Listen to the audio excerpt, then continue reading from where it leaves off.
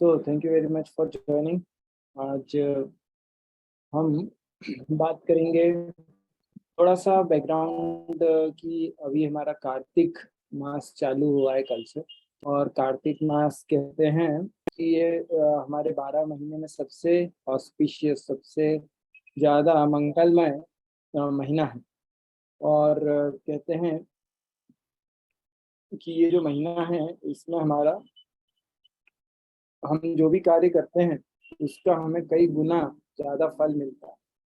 So we are happy and fortunate कि हमें opportunity मिल रही है कि हम कार्तिक मास को ऑब्जर्व कर सकें। पर किस प्रकार से करना है वो हम सुनेंगे प्रैक्टिकली। थोड़ा सा भगवत गीता से स्टार्ट करते हैं। भगवत गीता में भगवान बोलते हैं 18th चैप्टर वर्स 5। भगवान बोलते हैं यज्ञ दान तपः कर्म न त्याज्यम कार्यमेव तत् यज्ञोदानम तपश्चैव पावनानि मनीषिणाम। ट्रांसलेशन है कि यज्ञ, दान और तप।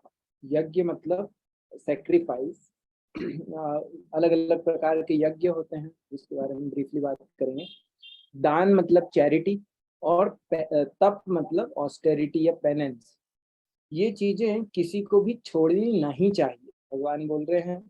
और बोल रहे हैं क्या, they must be performed indeed. यज्ञोदानम तपश्चैव पावनानि मनीषिणाम।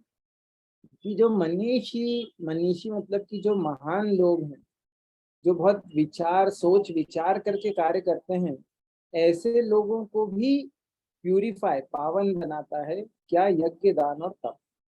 तो मतलब एक चीज सबसे पहले तो हमको ये क्लियर आ गई कि यज्ञ, दान और तप हमें करना चाहिए। किस प्रकार से करना चाहिए ये प्रैक्टिकली हमको सीखना है। तो हम यज्ञ की बात करें, सबसे पहले यज्ञ से चालू करते हैं। और स्पेशली आज हम इसलिए बात करें क्योंकि जैसे मैंने बताया कि कार्तिक मास जो अभी 2022 में 9 अक्टूबर से चालू हुआ है और शायद 8 नवंबर तक चलेगा। परंतु हर साल उसकी डेट्स चेंज होती है क्योंकि वो लूनार कैलेंडर, जो हमारा चंद्रमा के ऊपर आधारित जो कैलेंडर है उस पे बेस्ड है।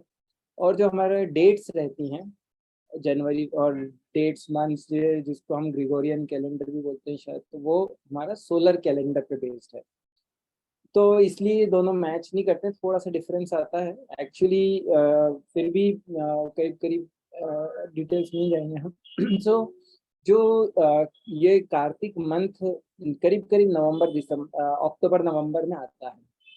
और बहुत ही भगवान भगवत गीता में भी 10th चैप्टर में बोलते हैं कि ये मंथ मेरा सबसे प्रिय है। और क्यों प्रिय है, क्योंकि कहा जाता है कि ये जो महीना है ये स्पेशली राधा रानी का महीना है। और भगवान की सबसे प्रिय कौन है, सबसे भगवान की प्रिय है श्रीमती राधा रानी। तो इसलिए इसमें राधा रानी को हमको विशेष प्रार्थना करनी चाहिए इस महीने में कि वो हमें भगवान से जोड़ने का कार्य करें। तो एक मंत्र है, तप्त कंचन गौरांगी श्री राधे वृंदावनेश्वरी वृषभानुसुते देवी प्रणमामि हरि प्रिय। कि ऐसी राधा रानी जो भगवान की बहुत प्रिय है और बहुत करुणामयी है। तप्त कंचन गौरांगी राधे वृंदावनेश्वरी, जो वृंदावन की महारानी है।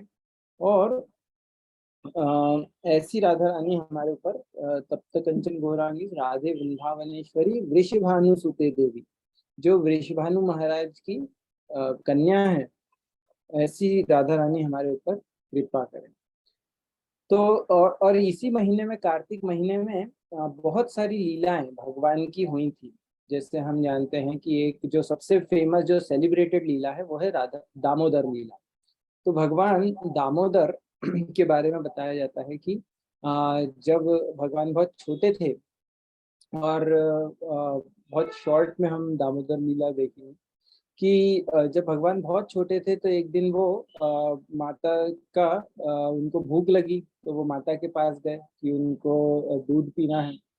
और माता उनको उस समय यशोदा माता वो दही निकाल रही थी। और दही भी किस लिए, क्योंकि उनका पूरा ध्यान ये रहता था कि कैसे मैं कृष्ण की सेवा कर सकूं, कृष्ण को क्या पसंद आएगा। तो बहुत फोकस के साथ सेवा में लगी हुई थी, परंतु क्योंकि कृष्ण स्वयं अगर कुछ मांग रहे हैं तो वो ज्यादा प्रायोरिटी, ज्यादा इम्पोर्टेंट है। तो फिर इसलिए उन्होंने भगवान को स्तनपान कराना चालू किया।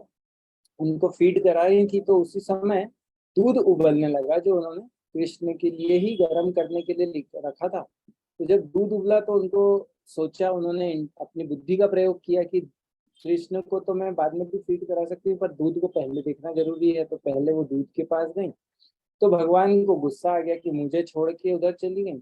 तो भगवान ने गुस्से में मटकी फोड़ दी, और जिसमें वो दही बना रही थी, दही को मथ के मक्खन निकाल दी। तो मटकी फोड़ दी, और फिर उनको लगा कि अब कभी होता है ना, गुस्से में हम कुछ कर देते हैं तो फिर हमको बाद में पछतावा होता है कि अरे हमने क्या कर दिया। भगवान को लगा कि अब तो गड़बड़ कर दी, तो भागे वो।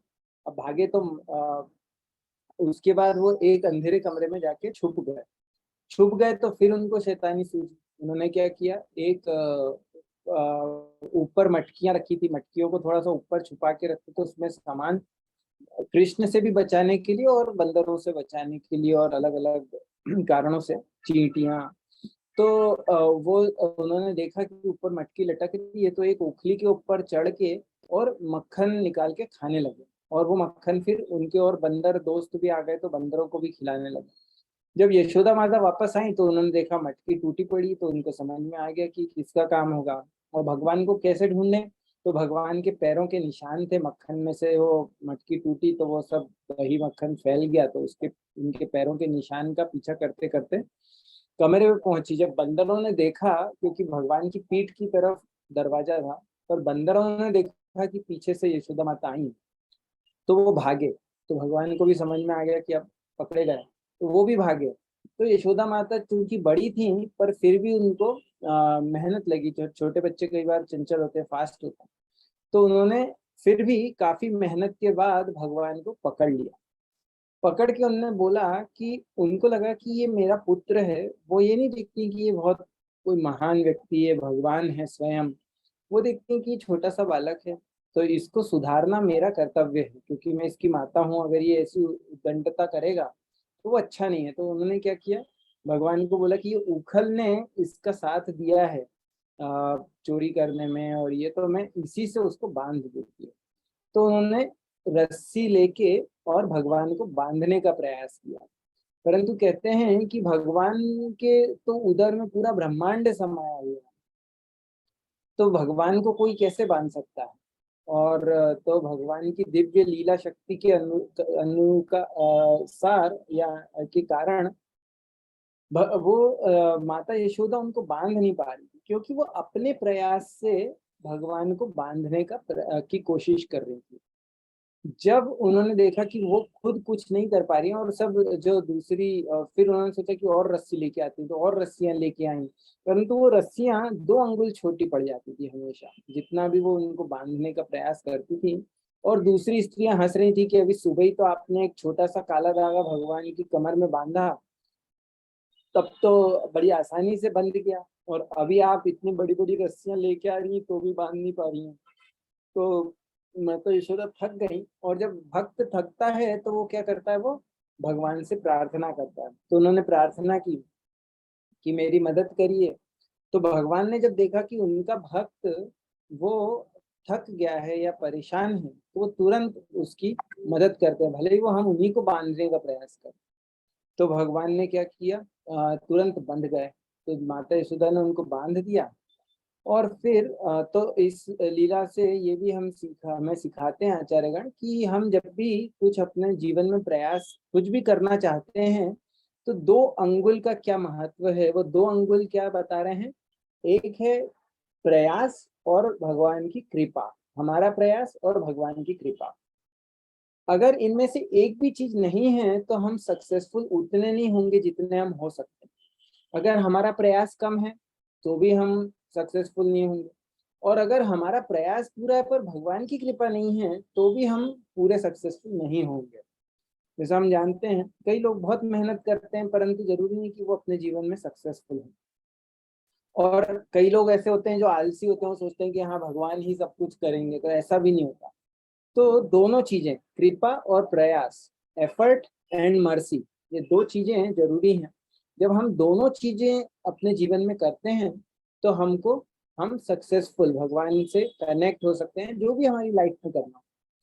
तो ये एक चीज है जो हमने सीखते हैं इस लीला से। तो ये दामोदर लीला, और भी इसमें आगे भी चीजें हुई, परंतु उसको अभी हम डिस्कस नहीं करेंगे, समय छूट कम है। फिर उसके बाद दूसरी और कई, ये जो दामोदर लीला बताते हैं कि दिवाली वाले दिन हुई थी, जो हम दिवाली अब सेलिब्रेट करते हैं, परंतु ये कृष्ण के समय में दिवाली उस समय भी सेलिब्रेट होती थी, परंतु ये लीला भी उसी दिन हुई थी, दिवाली वाले दिन, दामोदर। और इसलिए भगवान का नाम दामोदर पड़ा। दामोदर मतलब जिनके रस्सी, उदर में रस्सी दाम से जिनको बांधा गया हो।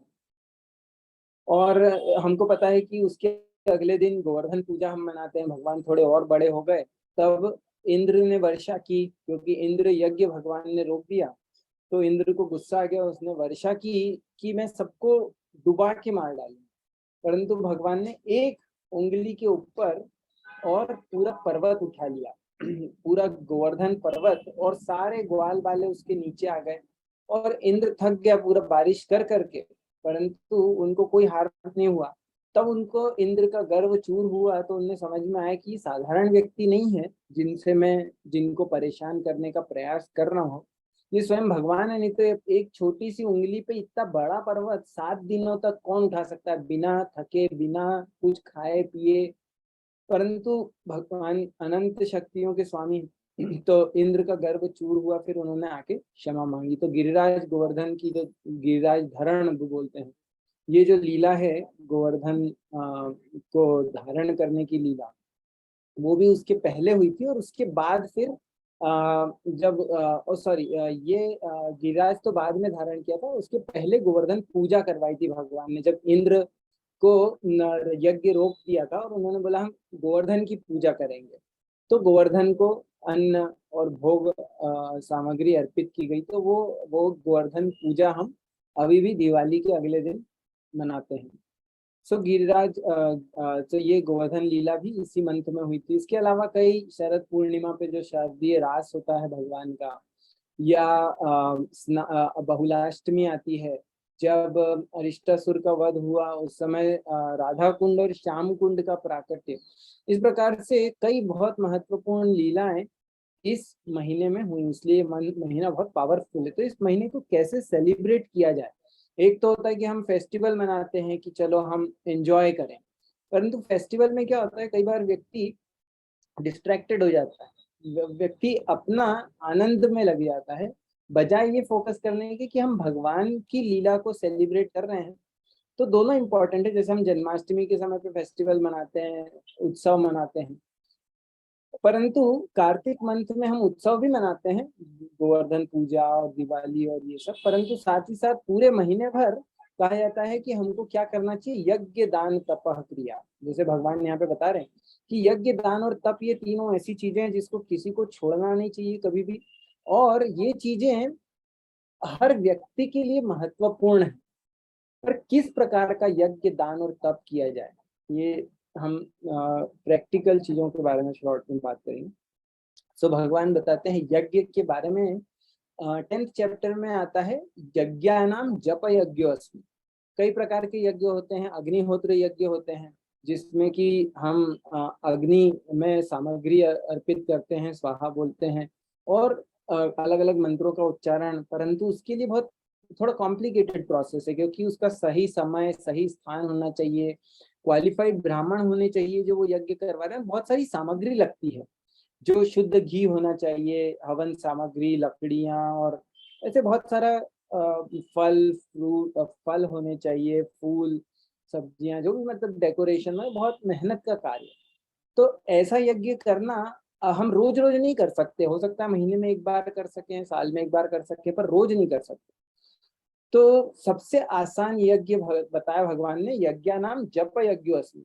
सबसे आसान यज्ञ जप यज्ञ। जप यज्ञ में आपको क्या करना है, सिर्फ जो रेकमेंडेड मंत्र है, हरे कृष्ण महामंत्र, हरे कृष्ण कृष्ण कृष्ण हरे हरे, हरे राम राम राम हरे हरे, उस यज्ञ में, मतलब यज्ञ का मतलब है ये श्रवण यज्ञ, एक प्रकार से संकीर्तन यज्ञ या जप यज्ञ। जिसमें भगवान का नाम मुंह से बोलना है और इतना जोर से बोलना है कि हम सुन सकें, और बहुत फास्ट नहीं, बहुत स्लो नहीं, स्लोली स्लोली, हरे कृष्ण कृष्ण कृष्ण हरे हरे, हरे राम राम राम हरे हरे। और हो सके तो माला के ऊपर हम इसको करें, तो क्या होगा, हम जब जप यज्ञ करेंगे तो हमारा मल्टीपल तरीके से फायदा होता है हमारा। हम भगवान को से डायरेक्ट कनेक्ट होते हैं, क्योंकि नाम और भगवान में अंतर नहीं है। तो एक वो फायदा है, और भी बहुत सारी चीजें, हमारा कंसंट्रेशन बढ़ता है, हमारा फोकस इंक्रीज होता है, तो ये सब चीजें भी हैं। पर हम इसलिए करते हैं ताकि हम भगवान से कनेक्ट हो सकेंगे। तो ये यज्ञ हो गया, इसको रोज हमें कार्तिक में डेफिनेटली करना चाहिए, और अगर हम रेगुलर में जब करते भी हैं तो थोड़ा सा ज्यादा करने का प्रयास करना चाहिए। उसके बाद आया दान। तो दान किस प्रकार का होता है, दान भी भगवान बताते हैं कि दान सत्वगुण में, रजोगुण में और तमोगुण में हो सकता है। कैसे, जब जब हम कुछ दान करते हैं तो इस रूप में दान करते हैं कि हमें कुछ वापस मिलेगा, तो वो किसी लालसा से किया गया दान है। तो ऐसे दान को राजसिक दान कहा जाता है, जो रजोगुण के कारण, कि मैं चाहता हूँ कुछ इसलिए दान दे रहा हूँ, मतलब ये एक प्रकार से शुद्ध चेतना नहीं है, इसमें व्यक्ति कुछ चाहता है, इस प्रकार से बार्गेनिंग है या बिजनेस। परंतु सात्विक दान क्या होता है, सही व्यक्ति को सही समय पर, योग्य व्यक्ति को, और अच्छा चीज, ऐसा नहीं कि जो डिस्कार्डेड चीजें, खराब चीजें वो दान में दे रहे हैं, पर अच्छी चीजों का दान दिया जाए, वो असली दान है। तो कार्तिक में हमें इस प्रकार का कुछ दान देना चाहिए, योग्य ब्राह्मणों को, मंदिर को, किसी ऐसे कार्य में जो भगवान की सेवा के लिए उपयोग में आए डायरेक्ट। ऐसे हम और भी दान देते हैं, कई बार अन्न दान देते हैं, या गायों के लिए देते हैं, गायों के लिए भी दान देना ही चाहिए, क्योंकि गाय भगवान को बहुत प्रिय है। तो ऐसा दान जो भगवान की प्रसन्नता के लिए हम दें, ये दान हमें करना चाहिए। और एक दान कहते हैं कि किसी अपनी प्रिय चीज को छोड़ना, वो तप का भी पार्ट है, पर दान भी बोल सकते हैं, कि उसको छोड़ना कुछ समय के लिए, एक महीने के लिए, कार्तिक महीने में, ताकि हम उस चीज को उपयोग ना करें। और थोड़ी सी तपस्या लगती है, उसमें मेहनत लगती है, पर वो हमारी चेतना को फिक्स करने के लिए, ताकि हम ये सीखें कि हम हर चीज, हम कंफर्ट जोन से थोड़ा सा बाहर निकलें। और वो डायरेक्टली और किससे रिलेटेड है, तप से। सो दान के बाद यज्ञ, दान, तपह क्रिया। तो तप कई प्रकार के होते, तप में भी आता है कि हम वर्सेस पे ज्यादा फोकस नहीं कर रहे हैं, प्रैक्टिकल एप्लीकेशन पे ज्यादा फोकस कर रहे हैं, कि जैसे तप जो होता है वो भी सत्वगुण, रजोगुण, तमोगुण में होता है। जब हम अपने आप को टॉर्चर करते हैं बहुत ज्यादा, तो वो तमोगुण का तप। अगर हम कुछ पाने की इच्छा से तप करते हैं, या लोगों को दिखाने के लिए कि देखो हम कितने महान हैं, हम इस प्रकार की तपस्या कर सकते हैं, तो वो सब राजसिक, रजोगुण के अंतर्गत तप है। और सत्वगुण का तप क्या है, जो हम अपनी शुद्धि के लिए करते हैं, वो तप सत्वगुण का तप। 17 चैप्टर में एक्चुअली यज्ञ, दान और तप तीनों का बताया गया है, कि कौन सा सत्वगुण में, रजोगुण में किस प्रकार से, तमोगुण में किस प्रकार से, ये वहां बताया गया। तो स्पेशली ये जो कार्तिक महीना, इसमें थोड़ा हमें तप करना चाहिए। तप किस प्रकार से, तो सबसे पहला तप है हमारा, हम सुबह है जल्दी उठ के, और करना जल्दी, उस मेहनत लगती है हमको, तो लेट उठने में भी मेहनत लगती है, परंतु यहाँ पे बात करें सुबह थोड़ा जल्दी उठने की। आइडियल होता है ब्रह्म मुहूर्त, सूर्योदय के 1.5 घंटा पहले, परंतु फिर भी जितना हमारी बॉडी और हम प्रैक्टिस कर सकें, जितना हमारी कैपेसिटी में, हमको टॉर्चर नहीं करना है अपने आप को। जैसे हम सुनते हैं, भगवान बोलते हैं, युक्ताहार विहार से युक्त चेष्ट कर्मसु न च अति स्वप्नशील, कि ज्यादा भी नहीं सोना, कम भी नहीं सोना, प्रॉपर रेगुलेटेड। तो वो होना चाहिए, परंतु प्रयास अपनी कंफर्ट जोन से बाहर निकलने का। तप का मतलब ही होता है कि हम हमारी कंफर्ट जोन से थोड़ा सा बाहर निकले। तो सुबह जल्दी उठना, सुबह जल्दी उठ के स्नान करना सबसे पहले, और स्नान करने के बाद जप करना, जप और अन्य भक्ति के कार्य, भगवान के अर्च विग्रह की सेवा करना, ये सब तपस्या है। स्पेशली कहते हैं कि कार्तिक के समय में, कार्तिक महीने में, अगर हम तुलसी देवी की, तुलसी महारानी की कुछ सेवा करते हैं, तो वो भी बहुत पावरफुल होता है।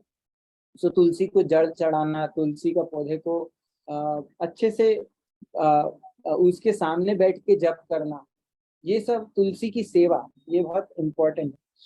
और तप में और क्या क्या चीजें आती हैं, तप में ये भी आता है श्रवण, एक प्रकार से खैर उसके कुछ चीजों का निषेध है, जैसे कि उड़द दाल नहीं खाते हैं कार्तिक मंथ में। उड़द दाल को में प्रोटीन ज्यादा होता है, उसको मांस के समान समझा जाता है, तो उड़द दाल नहीं खाना, या कोई हमारी फेवरेट चीज का हमको जो हमें पसंद है उसका त्याग करना, ये भी तप है। और तो ये और इसके अलावा जो सामान्य नियम होते ही हैं कि मांस, मदिरा, अनियन, गार्लिक, टी, कॉफी, इन चीजों को जो थोड़े से जो नशे की उसमें कैटेगरी में आते हैं, जो हमको एडिक्ट करते हैं, इन चीजों को भी अवॉइड करना इस पूरे मंथ में एटलीस्ट। वैसे तो कुछ चीज अच्छी होती तो हमको साल भर करनी चाहिए।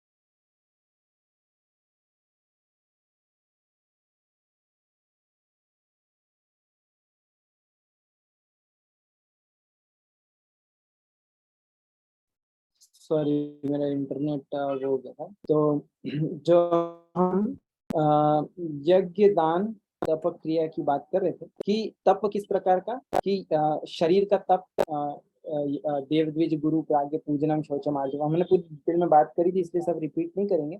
परंतु तप में स्पेशली मन का तप, की मन को संयम में रखना, मन ब्रह्मचर्य का पालन करना, मन को संयम में रखना, मतलब कि क्या हमारे विचार होते हैं इधर उधर की, जो हम कई बार टाइम वेस्ट कर देते हैं, ऐसी चीजों को मिनिमाइज करना, क्योंकि उस वो भी तपस्या है बहुत बड़ी। सबसे बड़ी तपस्या शायद कलयुग में यही है कि अपने मन को संयम में रखना, और जो चीजें हमें भटकाती हैं, हमारे समय को वेस्ट करती हैं, उन चीजों से दूर रहना, ये सबसे बड़ी तपस्या है। तो एटलीस्ट इस मंथ में हम प्रयास करें कि अपने फोकस ऐसी चीजों में लगाएं जो हमारी चेतना को ऊपर उठाती है, जो हमें अपलिफ्ट करती है, जो हमें भगवान से कनेक्ट करती है। इवन अगर हम स्टूडेंट है, बिजनेसमैन है, तो हमारे प्रोफेशन में अगर हम आगे बढ़ रहे हैं तो वो भी भगवान की सेवा है। तो ऐसी चीजों में अपने आप को पॉजिटिव चीजों में लगाएं, तो ये तप है। दान में एक इम्पोर्टेंट चीज मैं भूल गया कि दान में आता है कि हमको रोज दीप दान करना है। ये जो दामोदर मंथ है, दामोदर अष्टकम, इसमें इसको दामोदर मंथ भी बोलते हैं, कार्तिक महीने को दामोदर मास। और दामोदर मास में भगवान की दामोदर अष्टकम एक सॉन्ग है, उसको गाना, और साथ ही साथ भगवान को दीप दान करना। भगवान यशोदा दामोदर का पिक्चर रख के, या कहीं उनके विग्रह को, यशोदा दामोदर आपको इंटरनेट पे भी मिल जाएगा, अगर आप चाहें तो मुझसे बोल सकते हैं, मैं भेज सकता हूँ। और दामोदर अष्टकम का भी म्यूजिक और वो टेक्स्ट अगर चाहिए तो मैं भेज दूंगा। तो इसको आप दामोदर अष्टकम गाएं स्वयं, या साथ में म्यूजिक चला लें और साथ साथ में गाएं, और भगवान को घी का दीपक रोज सुबह या शाम या दोनों समय अर्पण करें। दान है, ये भी दीप दान बोलते हैं इसको, ये सबसे बड़ा दान है।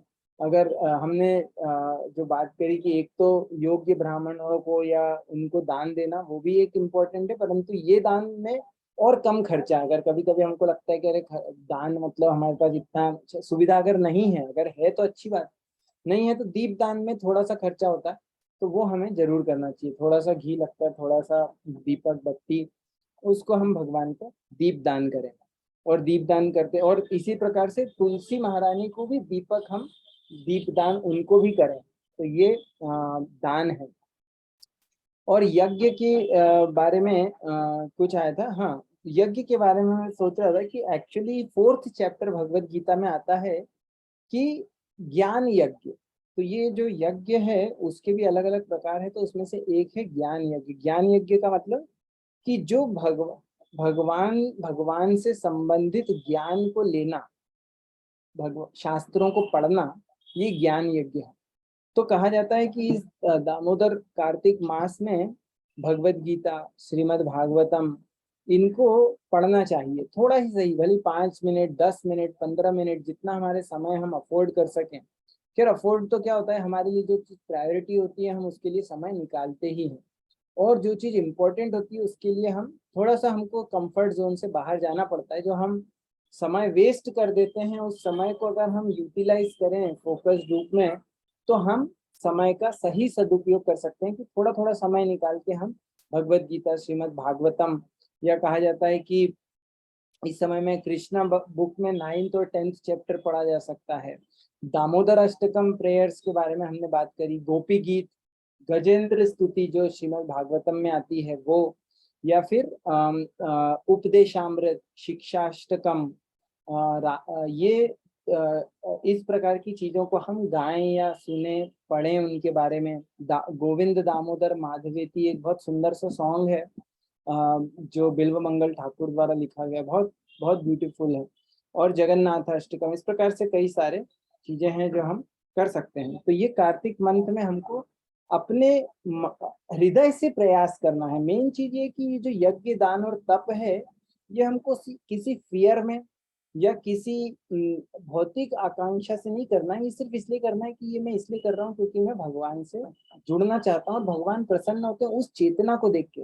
और भगवान क्या देखते हैं? प्रयास देखते हैं। भगवान ये नहीं देखते कि आपने कितना किया, ये नहीं देखते कि आपने दूसरों को क्या दिखाया। आप, जब हम इसलिए करते हैं क्योंकि भगवान को दिखाने के लिए, भगवान को दिखाना मतलब भगवान को देख रहे हैं, शोबाजी, मतलब बाहर से हम कुछ और दिखा रहे हैं, अंदर कुछ और, कि हमारे क्यों कर रहे हैं, ऐसा नहीं। हम हृदय से, अगर एक भगवान बोलते हैं पत्रम पुष्पम फलम तो यम यो मे भक्त्या प्रयच्छति, अगर प्रेम से एक पत्र पुष्प भी हम भगवान को चढ़ाएं तो वो ज्यादा महत्वपूर्ण है, बजाय कि हम सैकड़ों रुपए या हजारों रुपए के महान वो आडंबर को करते हुए, दिखाते हुए अगर हम चढ़ा रहे हैं किसी और को दिखाने के लिए या दंभ में, उससे बेहतर है कि हम एक पत्र पुष्प, मतलब तुलसी का पत्र, तो तुलसी पत्र मंजरी वो भगवान को बहुत प्रिय है, तो वो चढ़ाएं भगवान को। कोई सा भी फूल चढ़ाएं, पानी भगवान को ऑफर करें। तो ये सब छोटी छोटी चीजें जब हम हृदय से करेंगे तो हमारा कार्तिक महीने को हम पूरा उसका फायदा उठा सकते हैं। यज्ञ, दान, तप, क्रिया के बारे में हमने बात करी भगवत गीता से, और इसको जोड़ते हुए आज की कार्तिक महीने का हम कैसे उसको अच्छे से पालन करें, हमारी चेतना को शुद्ध रखें। मेनली मुझे लगता है, जो मैं भी प्रयास कर रहा हूँ, कि समय ज्यादा से ज्यादा सही यूटिलाइज हो, डिस्ट्रैक्शंस कम से कम करें।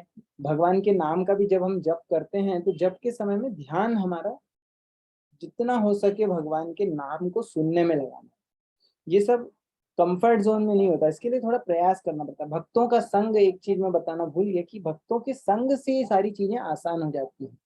तो भक्तों का संग किसी भी प्रकार से हम ले सकें, ऑनलाइन, फिजिकली, तो उनके साथ में ये सब कार्य करें। और अपने जीवन को बदलने के लिए अगर हमें और भी कुछ अच्छी ऐसी चीजें लगती हैं कि ये हमारे लिए इम्पोर्टेंट है, ये मेरे जीवन को बदलने के लिए मुझे पता है कि मुझे करना है पर हम नहीं कर पा रहे हैं, तो ये कार्तिक मास में हम उस कार्य को कर सकते हैं, क्योंकि ये हमें शक्ति देने वाला है। इसमें आध्यात्मिक शक्ति भरी हुई है, तो उस आध्यात्मिक शक्ति का उपयोग करके हम बड़े बड़े कार्य कर सकते हैं। तो इसी आशा प्रार्थना के साथ, और आपसे भी निवेदन है कि प्रार्थना करें कि मैं इस कार्तिक मास को सही रूप में, सही चेतना में, सही कार्यों के साथ उसका ऑब्जर्व कर सकूं। हमको अपने आप को बीट नहीं करना है, या हमको ऐसा नहीं करना है कि अरे एकदम स्ट्रेसफुल नहीं होना चाहिए। भक्ति होती है सुसुखम कर तुम अव्यय। सुसुखम का मतलब हमने पहले भी एक बार बात कर चुके हैं, कि ये नहीं कि कंफर्ट जोन में, जैसे हम बात कर रहे हैं थोड़ा तप करना है तो कंफर्ट जोन से बाहर निकलना पड़ेगा, पर इतना कि वो टॉर्चर नहीं होना चाहिए। It should be joyfully. हम खुशी के साथ ये सब कार्य कर सकते। So thank you very much for joining today and listening. Let's see, अगर कुछ प्रश्न हो या कुछ, हमको आज थोड़ा सा जल्दी फिनिश करना पड़ेगा, मतलब ठीक 9 बजे मेरी एक ऑफिस की मीटिंग है, तो I have to make sure कि I am prepared before that. किसी का कोई क्वेश्चन या कुछ कमेंट?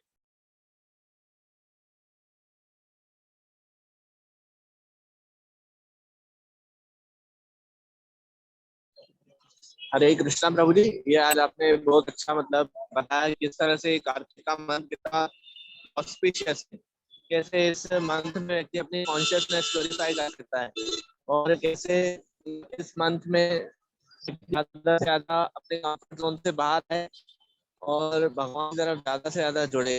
आपने वो राधा रानी का मंत्र भी बताया, वो भी बहुत अच्छा लगा। और कार्तिक का महीना मतलब ये व्यक्ति को ज्यादा प्योरीफाई कर सकता है, इससे व्यक्ति कॉन्शियसनेस ज्यादा प्योरीफाई हो सकती है और वो ज्यादा ऊपर उठ सकता है। और आपने एक रास्ता भी बताया कि हमको अपने आप को टॉर्चर नहीं करना है।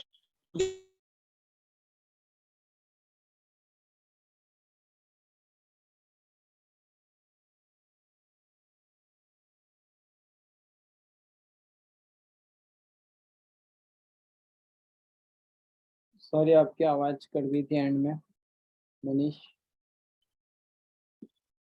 मनीष प्रभु, आपकी आवाज कट गई थी। ये बोल रहा था प्रभु जी, जैसे किस तरह से आपने बताया कि भगवान को एक कार्तिक अपना कितना प्रिय है, ये इसमें थोड़ा कंफर्ट जोन से बाहर आए व्यक्ति और भक्ति को ज्यादा राउंड सेंड करे और मतलब ऐसे नहीं अपने आप को टॉर्चर करे, क्योंकि रखा तू सुखा, जैसे आप भगवान भी बताते हैं और आपने भी बताया।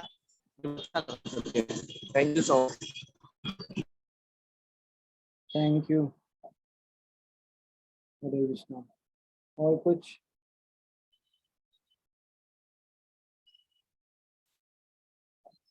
Okay, so we'll stop here and continue on Wednesday with emotional awareness sessions. Hare Krishna.